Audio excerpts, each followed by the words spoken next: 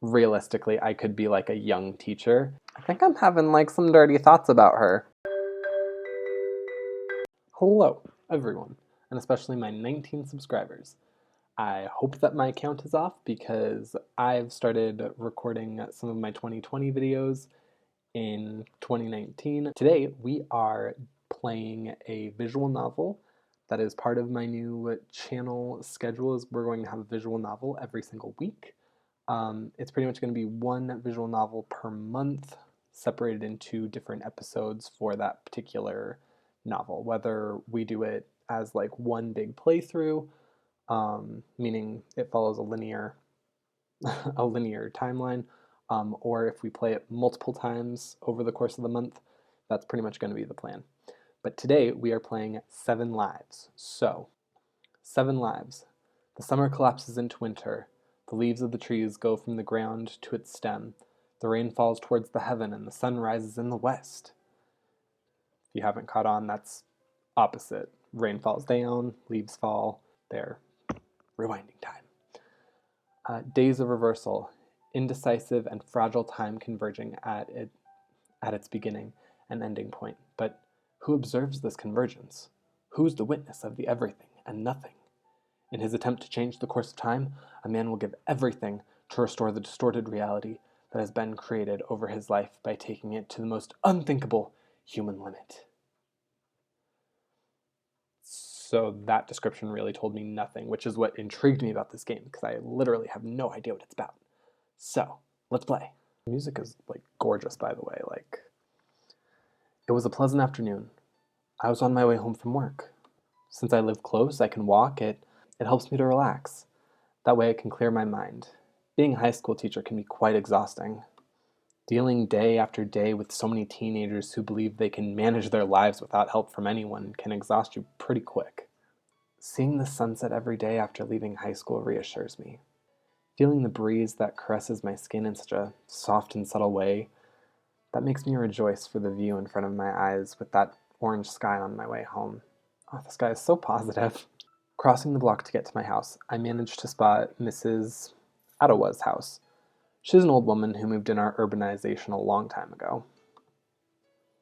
She came from Kyoto, accompanied by her 2 children.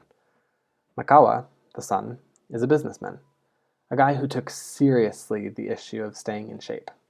Always wearing a nice suit with a rather peculiar mustache, he managed to found his own transportation company.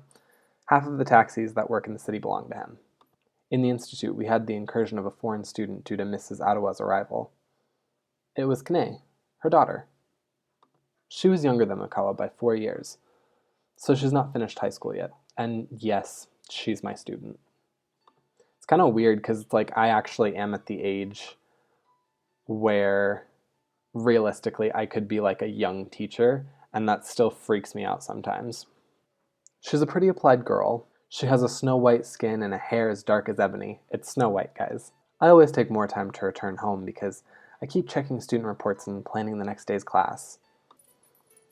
That doesn't look like an old woman, but I'm going to give her an old lady voice. Oh, hi, Professor. It's nice to see you. Mrs. Ottawa was cleaning the front of her house on the way. We kindly greeted each other, but there was something different this afternoon. Hi, Mrs. Ottawa. The garden looks more beautiful every day. You shouldn't put in so much effort. Rest a little. You look a bit tired. An old woman like me sometimes finds it difficult to get the necessary rest. There are days when sleeping is not enough. Although, that's not what has me like that now. I don't understand what Mrs. Ottawa is saying. Maybe she's saying it like a proverb, like they do in her country. Is there something I can do to help? Yeah, you couldn't say other things, could you? Ottawa keeps watering her garden that she's been growing since she arrived to the country.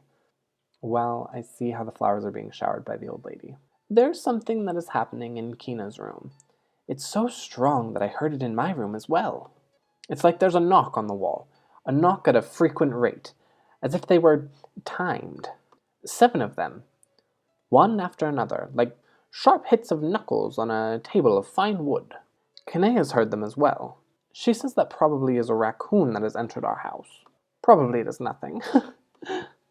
Well, it could be, but if it doesn't mind you, I'd like to check just to make sure it's not something else. Some of the English in this seems a little bit off, but if it doesn't mind you, like if it doesn't bother you, even with Makawa living with them, he's not always at home. You're so nice, Professor. I shouldn't bother you with such a thing. I couldn't help by making this more awkward, could I? Okay, Professor, thank you very much. It is true that Mrs. Ottawa is very closed with her things, but I have managed to establish a good friendship with her and her daughter. While entering her house, I can see there's someone in the room. It's Kane. She was doing the homework that I had left for them at the Institute. Oh, hi, Professor! I wait for Mrs. Ottawa to continue to Kane's room and be able to corroborate what the old lady said previously. Mrs. Ottawa lost her husband 5 years after Kane was born. That was one of the main causes of her leaving Kyoto. I was just studying pedagogy when the three of them arrived, so I've seen them both grow since they came. When I get to Kane's room, I stay at the side of the door without entering. I don't know why. I just didn't feel comfortable. It's okay, Professor, don't worry. I can't refuse, so despite the discomfort, I entered. While I was looking the room, I could see that there was a small table with portraits of Makawa and Kane when they were children, also from Itawa's husband. It comforts me to have his portrait there, along with Kane and Makawa. It makes me feel that he still is taking care of them. I can hear melancholy in her voice. She really loved him. Well, Professor, let's do what we came to. My face totally blushes. My mind is filled with totally unrelated thoughts about what we really came to do. I think I'm having some dirty thoughts about her. It is from the wall. Kane hears the knocks from that wall. Well, there's no sign of a real hole in the inside, and the wall is not attached to anything else. There are no pipes inside, nor did it seem that something had made a hole to sneak in. Perhaps is someone who just wants to disturb your sleep. I touch the wall with the palm of my hand, trying to feel something that could help me to understand this. I feel a small void in the facade of the wall, but in doing so, I hear a thundering noise that made me cover my ears. I didn't notice, but when I turned around, I saw that the door room was closed. I'm alone. How could this be happening? Seriously? I look out on the window, and the only thing I can see is the sky turning gray. The rain dropping its veil, quickly soaking everything under it. Mrs. Itawa, the door locked on the outside. I can't open it. Can you help me? Please? It's like there was no one in the house. I look up at the window again to see if there was a passerby who could help me communicate with someone in the house, but no one passed. The streets were desolate. Even my cell phone's dead. What's happening? I tried to open the window, but something was clogging it. I tried with all my strength. I felt my hands push with all of its force, but it was no use. Everything was getting colder every second. I had been locked in this room less than even 10 minutes, but it seemed like hours, and the rain doesn't make the situation any more pleasant.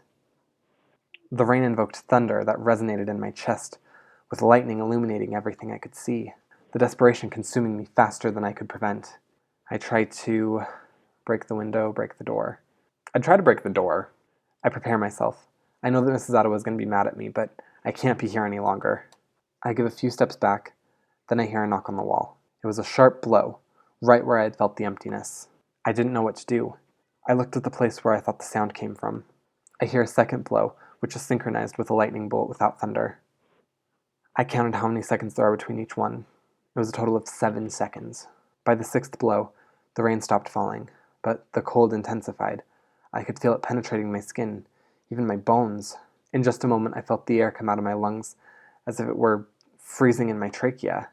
7 seconds after that, the last blow sounded. A lightning blinded me, and the thunder made me almost deaf. When I look up, I see that in front of me, on the middle of the air, there was a black hole. It didn't lead anywhere. You couldn't see anything in it. It seemed as if it absorbed the reality in which we find ourselves, to take in its own world. I raised my hand carefully. I tried to see what is this? It had a thin edge. Even with the deformations, it doesn't produce any sound. But I felt a small pressure in my chest.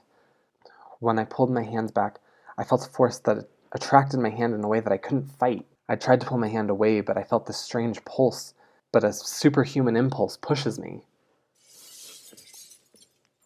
It makes me hit the wall with great force, crashing my body against a small desk that was behind me. I look at my finger and observe that I have a kind of scar in the shape of a ring, which has 7 frames around it. The glass of the window is completely marred with small pieces of ice by the cold. I lay on the floor in this thing. This ring-shaped scar makes me panic, so I start to bang on the door with all my strength. When I turned my eyes back to the wall, there was a problem. This thing, it was small, but it looked like it was growing. It was expanding so quickly. I'm staring at it. If this is my end, I'll take it. While I, petrified, see this strange thing, it stops. It doesn't grow anymore. It's like it wants to give me a chance to think. I close my eyes and try to have something in my mind for my end. But as pathetic as it seems, I don't visualize anyone, not even myself. So I open my eyes. There it is. I can't run from it. I can just be there with it. In less than a second, I see that the shadow rushes towards where I am.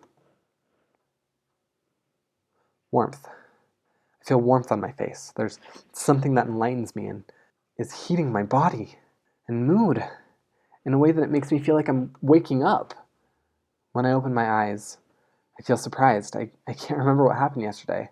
I only remember having visited Mrs. Ottawa after leaving high school. I feel the fatigue in every bone and muscle of my body as if I had been punched close to dying. I feel demolished. I don't know how I'm going to give a class in this state. Wait, what's this? It's a scar in my hand. It's like a scarred ring. I remember everything that happened in Kanae's room. It wasn't a dream. It wasn't a bad thought. It really happened. I have to go to Mrs. Ottawa to see if she's okay. Besides, she's the one who can explain to me what all this is. When arriving, the house of the old woman was very different from how it was the day before. There were no lights that illuminated their flowers, and there were no flowers to be lit. Instead of the garden that took years to create, there was simply a cement patio with marks of the years that had passed. One of these marks is the name of Kanae, with the date in which her family arrived in the neighborhood. I don't understand what's happening. I know that this garden existed. I saw it myself yesterday. I saw the lights that illuminated it in the night. I felt the smell that its flowers gave off. What's happening? Am I going crazy? I knock on the door repeatedly. I needed answers. Mrs. Ottawa! While I'm knocking, I'm still looking for something more that were constant. Something more than Kanae's room and that date on her arrival in order to keep what I had left of sanity. If they aren't here, perhaps Kanae is at school. That should be a constant, since she lives here and arrived on the same date as I remember. She had to be here. This will be weird for her, but I have to know what happened yesterday. Going late helps. The majority of the students probably already arrived. Hey, colleague. How's it going? Really? Of course the supervisor is expecting me. Hi, supervisor. I'm kind of late to class. Sorry for the rush. Oh, wait. You don't look well, buddy. Are you okay? Is it that obvious? I know that you like to give your class and all, but you're not in a state to do it right now. I can just tell. He's right. I have to admit it. Although most of the supervisors that I've had during my career were total asses, he was one of the most pleasant and actually understanding. Even if he is that nice, he's not going to understand the madness that's going on in my head right now. Yes, I know, but I have to. Sorry, I can't let you do that at this time. Go home. Take a bath and rest. He's right. I can't even remember what the class was for today. Supervisor, can I ask you a favor instead? Sure. As the young ones say, shoot. Could you please bring Kanae here? She should be in the classroom. I need to ask her something real quick. Are you sure? You don't look good. Yeah, you don't look like a prize either, sir. It'll be fast, don't worry. Okay, give me a minute. I waited outside the school. It's better if a student doesn't see me like this. When I saw her coming, I couldn't hide my happiness. Hello, Professor. She looked the same as if nothing had changed. Her kindness always marks her presence. Here she is, colleague. I'll be inside if you need anything. Have a good day, both of you. Oh, what's wrong, Professor? You look tired and scared. I have so many answers to that question. The bad thing is that all those answers are more questions. I need to focus. I can't dump everything that happened instantly. Kanae, what happened to your mother's garden? What garden, Professor? What? This has to be a joke. Your mother's garden, Kanae. The one she's been taking care of since you arrived? Professor, why do you say that? You know what happened. I don't want to remember it. Seeing tears in her big blue eyes make me realize that I screwed it up. Kanae, I'm sorry. My memory isn't that good lately. Sorry if I said something wrong. It's okay, Professor. She acts like Itawa's memories are the worst thing to happen. Anyway, what happened to your memory, Professor? I I don't really know. I just have these weird memories. I don't know if it's a dream or what. It felt so real. It was a full life. Years that were put in my mind, not just from yesterday. The memories are since all of you came to this country. Professor, how could you remember Mama? Remember, she died in Kyoto before we came here. What? It can't be. I could clearly remember her. Perhaps you created it all in your head? You joined the photos that we have of Mama and created a full story with us in it. Though it seems like your brain created a much bigger road. You even hurt yourself in the finger. Look at that scar. It could be. My brain's shaking with this. While I was talking with Kane, Makawa appears from nowhere. Kane, go. It's true that I don't have the best friendship with Makawa, but still we greet each other. Or at least that's what I remembered. Hi, Makawa. Leave. His eyes were dead. I've never seen him like that. Professor, thank you for speaking with me. I need to go with Makawa. It doesn't seem she wants to go with him. Are you sure, Kane? If you don't want to, you can. Shut up! I felt that I shouldn't have said that, since the punch that came to my face was almost instantaneous. Oh my god. Still so, I managed to dodge it, fortunately. I already feel the body beaten enough to receive another hit. Makawa, stop! I will go with you. Professor, please, do not intervene. I do not want you to have the same fate as Mama. What does she mean by that? They leave before I can ask anything else. After that, it was that I understood that Kane was warning me. Why would she say that Makawa is capable of killing me? That's absurd. But instantly it resounds in my head what she said. I don't want you to have the same fate as Mama. Alright guys, that is where we are going to leave it for today on an ominous threat. If you made it this far, go ahead and leave a like. Comment what you think is going to happen next, how long you think this series is going to be, because this is apparently a very long game. Subscribe if you're new, or if you're not new and just haven't subscribed yet. And I will see you guys next time. Bye!